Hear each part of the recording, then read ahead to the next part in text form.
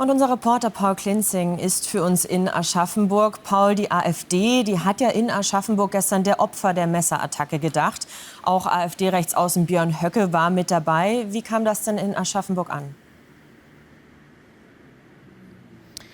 Ja, das kann ich auch noch mal berichten, weil ich gestern auch live mit dabei war. Und ich kann sagen, die AfD und insbesondere Björn Höcke ist hier nicht gut angekommen. Ich muss noch erwähnen, um 16 Uhr hat die AfD Bayern eben mit Höcke zu einer Trauerkundgebung hier aufgerufen. Und das Ganze konnte aber nicht stattfinden, denn zu dem Ort konnten Höcke und die AfD gar nicht vordringen, weil sich eine Menschenkette gebildet hat. Man muss auch dazu sagen, dass es sich hier um die linke Szene gehandelt hat. Auch die Antifa war da anscheinend mit dabei. Und auch im Hintergrund hat man immer wieder gehört, die Parolen wie beispielsweise Nazis raus.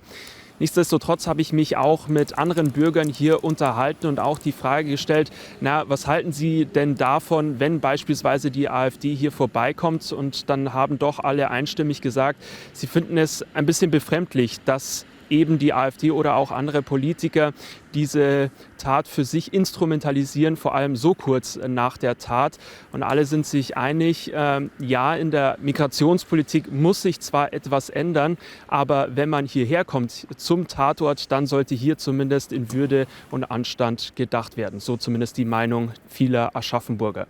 Vielleicht noch ein, zwei Worte zu den kommenden Tagen. Heute scheint es ruhig zu bleiben, ein ruhiger Gedenktag, aber morgen wird es nochmal spannend in Hinsicht auch auf die Polizeipräsenz, denn ein Gottesdienst ist angekündigt und nicht nur Ministerpräsident von Bayern Markus Söder wird vorbeikommen, sondern auch Bundesinnenministerin Nancy Faeser. Und da haben wir in den letzten Tagen ja auch gehört, dass sich die beiden Parteien ja immer wieder den schwarzen Peter zuschieben, was es daran anbelangt, wer jetzt wirklich schuld für diese Tat dann auch schlussendlich ist.